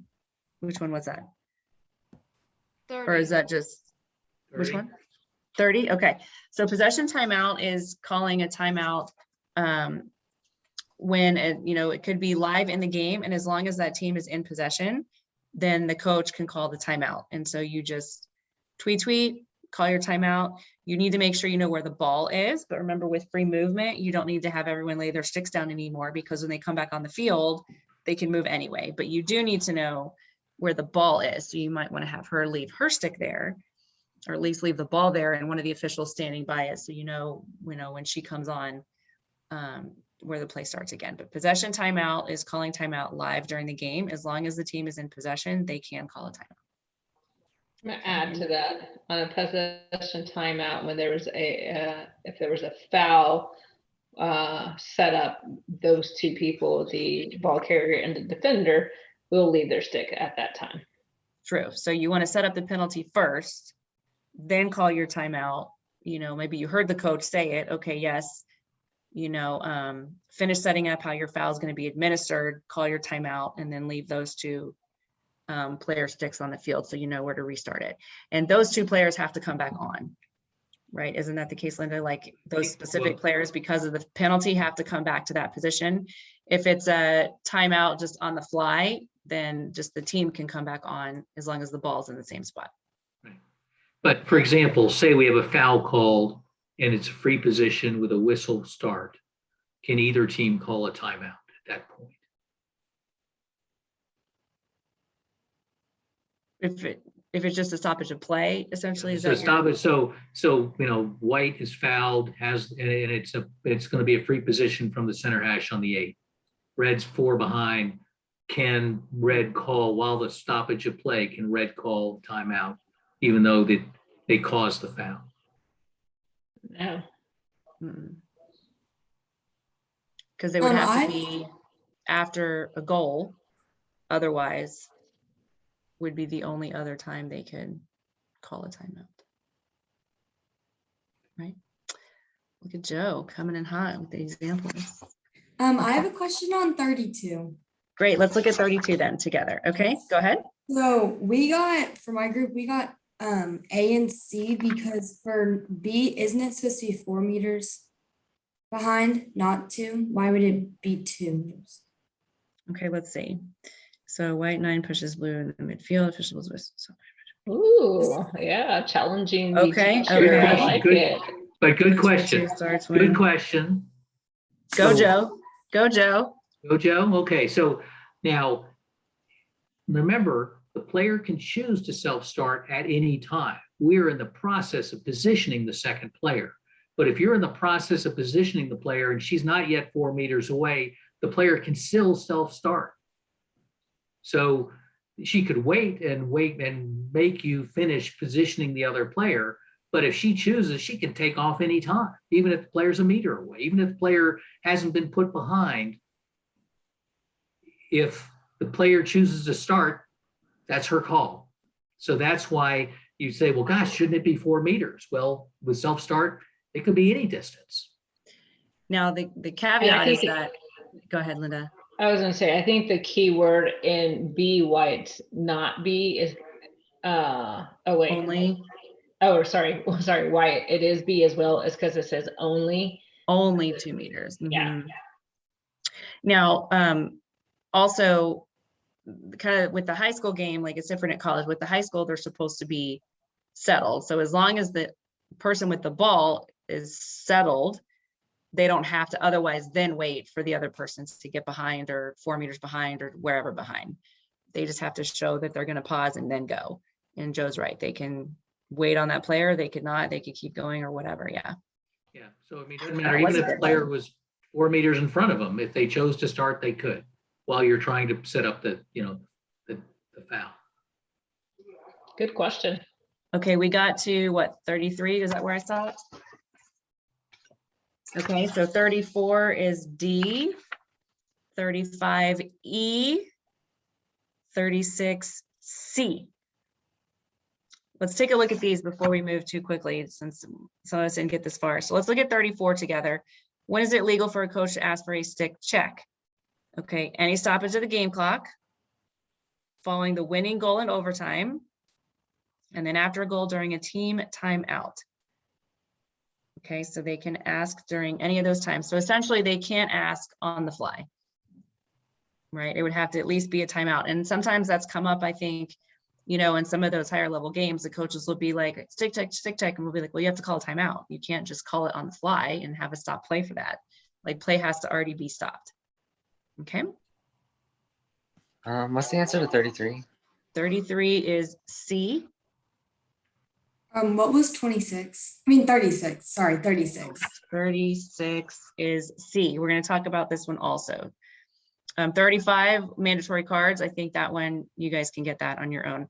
And there's danger shot again. Okay, 36. So blue goalkeeper makes a save, has possession, and is straddling the goal circle 1 foot in, 1 foot out. So that should kind of alert you to a specific part of the rule. And probably what I'm going to tell you is that that's going to deal with the new Oh. rule, but this test is 2021, right? So, yeah, so this is no longer illegal as of this year. But that's what happens with our training. So, those rules technically aren't in play yet. We just know about them because they've been announced. So we still need you to learn this because you're going to test on this. And for part of your fall season, some of these rules may or may not be like called at the tournaments and such, but then we'll all be testing on the new rules, which then this will not apply. But we don't really know like the ins and outs of it yet until we go to convention and get the full interpretation of it, right? So yeah, just know that this is coming, but still that the verbiage that they put in here and the fact that they have defined what straddling the goal circle means should alert you to like what the questions wanting you to look into.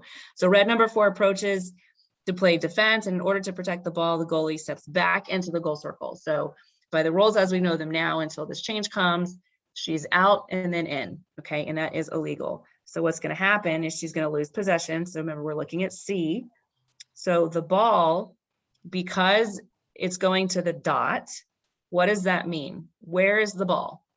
What area do we send it to the dot? Like, what area of the field are we in that the setup goes to the dot? Behind GLE. Below Okay, GLE. yes, the dot is behind the GLE, but more of a general area. Where are we when we take a setup back to the dot? Critical scoring area. Yes. Okay, so is the goalie considered part of the critical scoring area? Yeah, right. It happens. The critical scoring area because she came out and then in. So it goes to the dot. And It's a then- goal circle violation. That's the key part. It's a goal circle Mhm. violation. True, yes. And because also where are you going to put her? Now kind of the other caveat here is the goalie does not go behind her, right? Because, already they're going to be at the dot. So we don't need to move also someone back there. Okay, so goalie remains in her circle. Okay, good. 37. Oh, these are good, the pictures. So when you take this online, the pictures are a little bit easier to see because they're in color and whatnot. But 37 is going to be D.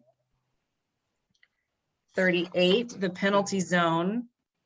You So can't it's see D. how it's, I mean, it's D because it's an alternate possession in the critical scoring area, right? And For we always 37. know, yeah, Mhm. they always go to the dot. So AP or alternate possession always goes to the dot. 38, you can't even see it because it's not in color. It'll be highlighted on your screen like we saw in the PowerPoints, but you should get B for 38. True false is 39. I'll let you go back and look at that one. Because you know, when you take the test, you can use your rule book and your notes and such. 40 is, oh, let's look at that quickly. We can answer that on the fly. So which is a minor foul? Is an empty stick check a minor? Yes or no? Thumbs up or down? Empty, good, yes. What about B? Warding, is it minor or major? Is it dangerous? We're not as confident. So remember warding, you're just kind of using your arm to guard off the ball, okay? Is it really a safety concern for warding? So if there's no safety, is it major or minor? Minor, right? So if A and B are already minors, test taking strategy, is it going to be E? No, so it has to be what? All the above. However, let's check C just for completeness. If you play the ball while stepping on the boundary line, major or minor? Just a misplay, right? So also a minor. So empty, warding, and playing from out of bounds, all minors. So D is our answer for 40. 41 is a true false. I'll let you handle that. 42 is C. 43 is A. Let's look Right, at 40. And 42, again, is another one, the rules are going to change, but yes, we're going to use this year's rules. Sorry. 44, let's look at that together. So blue has the ball in the 12-meter fan, so that's in the CSA. And then a possession timeout is called. At the end of the timeout, blue resumes play where? Okay, now this one we did hit it briefly when we talked about timeouts, but if we have something called in the CSA, when we restart, where do we go? There was like a specific part in the timeout section. So let's just do some elimination. Well, and there was no foul. There's Mhm. just a possession Just a timeout. possession timeout. Okay, now the spot of the ball when timeout was called, it's a pretty good one. Let's consider that in a moment. What about B, the 12-meter fan directly above the spot of the ball when timeout is called? Well, why would we move it up that area? That seems like directly above where it was called. Like, why are we moving it even further there? And then C, an 8-meter. So if it was at the 12, why would we move it closer into the 8? But there's a specific caveat on, again, when we have a timeout and we're in the CSA, where do we put the restart? Anybody? It's a specific one, but it's going to go to the dot. So D is your answer for 44. And that should be in the timeout section. 45 is a true false, and so is 6. I'll let you answer those on your own. 47 is D. We're going to talk about that one as well. Blue intercepts a pass at midfield and is on a fast break. As blue crosses the restraining line, that's what RL is. A white non-marking defender clearly positions herself in the 8 directly in the path to goal. The official will what? Okay, so really what this is setting up is it going to be shooting space or not? And what we can tell you is shooting space is called when you're inside the CSA. So if she's only across the restraining line, is she in the CSA? No. So D is your answer because we want to see what happens as she continues her approach to goal.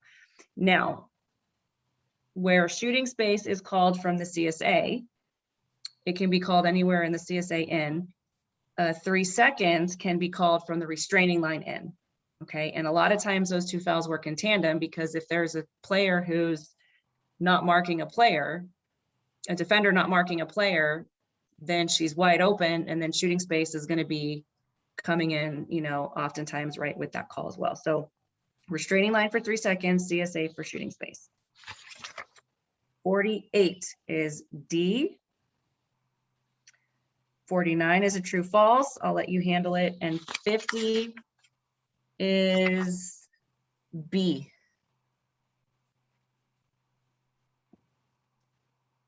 Okay, so the ones that your group got through, how did you do? Pretty well. So again, you can use all your notes and whatever.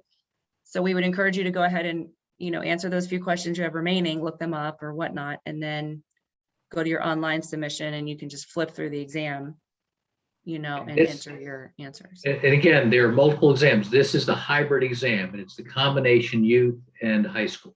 If you pass this exam, you can do high school games or youth games. That wraps the test component. And the only other part we had left is just kind of some administrative stuff, tell you what next steps are. Of course, I'll email them to you, but I'll hit them at a high level. But are there any questions before we kind of review what is coming? If anyone had missed a session, sorry, Ed, just one sec. If anyone had missed a session that we knew about offline because of game conflict or whatever, then we will get with you separately on what that assignment will be. Okay, so that will be coming individually. Okay, Ed, go ahead, question. So quick question. I did happen to find an officials store here locally. It's the North Richmond Hills. I just want to make sure I'm getting the right things. Mhm. You're getting the cards for us, is that correct? Mhm. Yes, Linda, go ahead and tell them about that. Yay, so good news. So we actually, this is the first time ever. I think that it's a local, our local chapter that's with US Lacrosse has sponsored and is gonna provide your finger whistles, cards, and flag. It comes in like a set. Yeah, so it So even it'll includes be- a white card that is, so you can write your yellow cards and red cards on. Mhm. Instead of us doing the old school way of putting a piece of like painter's tape on it and jotting it down that way. That's how old school we roll, but I still don't mind doing that. But yeah, it's nice to have something separate, of course. But yeah, so you don't need to worry about getting those items. What you need to get is your shirt. And then if you choose to go ahead and get, black bottoms, either black shorts or black kilts, if you're a girl now granted, the kilts that are easier to find are the tennis kilts, but they're a little short. So I would just get shorts for now, or if you have dark shorts, even navy for your shadowing games would be fine. Something just dark on dark, but we just need really your stripes for those first, games you're on the field, and for certainly once you become an official, like, after your certification. But yeah, ladies, be a little bit leery of some of the tennis style skirts because they're pretty short and we want to look professional. And like mine are like from the golf section. The golf ladies are a little more modest in their sports. So, just a heads up on that. But especially if you're taller, like for me, like definitely the tennis skirt's not the way to go. But nonetheless, Ed, did that answer your question? As far as what you found, or was there anything else on uniform, like the stripes is otherwise, like we like the collared shirt, but I think you come from an officiating, right? So if you already have a striped shirt, then that's fine for now too. Like, don't stress about getting a separate, just with the collar, Right. Yeah. All right, Anyone cool. else? That's all. Okay. Anyone else on questions? That kind of stuff. So what'll happen is on your shadowing games. So maybe Linda, you want to talk about how you're going to schedule some of that on the, since Yep. we won't be an arbiter yet, or did Yep. you hit that already? Nope. So Kendra will include in her information a link, a Google Doc link for you to upload your certificates that you need to in there. So it'll be all stored in one area. So once you've completed your test, you did the sign up for US Online. Lacrosse. The online rules exam, online rules course that gives you a certificate after you take that as well. Yeah, so online rules course, your test, and you or become a member of US Lacrosse, you'll email me your availability, and we will have opportunity to schedule shadowing. So it is 3 shadow games, correct? Mhm. 3 shadow games. And then once you do your 3 shadow games, you'll have an observation game and then a rating game. So it's 5 games total. The shadow games are basically you're shadowing an official. Basically, they're talking you through the rules, what they're blowing. They'll give you an opportunity to set up draws and get comfortable with blowing the whistle for signaling goal. And then, the second and third shadow, they'll kind of let you blow the whistle as well, but still be there and blow for you if you miss something. So the dates that we're looking at right now to start doing that will be October 23rd and 4th weekend, and that will be in McKinney. And then October 30th and 31st, and I don't know where that's going to be at this moment. I may have a few games like on the 16th that if somebody gets done pretty early and wants to come done early with all their work and submits it to me, and I'll take first come first serve who gets all their stuff done. I might have a few games on the 16th that I could possibly get you to shadow on. But you'll send me your availability via email, letting me know and submitting that you've submitted all your course, your tests, and paid your US Lacrosse dues. So, And go ahead and tell her if you have any conflicts of interest so she can make note moving forward, probably, right, Linda? So like if you, play for Frisco, then she'll kind of know, okay, if Frisco's in this tournament, she'll know to work around your game schedule if you're also playing for Frisco and that kind of thing, or, so you won't be, even tied to younger levels of Frisco. We probably want to keep that at a minimum also just for that conflict of interest perception. So go ahead and include any of those things that might pertain to you specifically as well, okay? So yeah, you'll do those games, you'll send all that to her, and then, on your observation game, we'll be on the sideline and you'll be with your partner on the field, and we'll be taking notes to kind of, this is how your rating game is going to actually look. You'll be alone, just you and your partner on the field, no shadow this time. We'll take notes, talk to you at halftime and such. And then on your rating game, same scenario, except that'll be your actual field test. And we'll be doing the formality of it and everything there.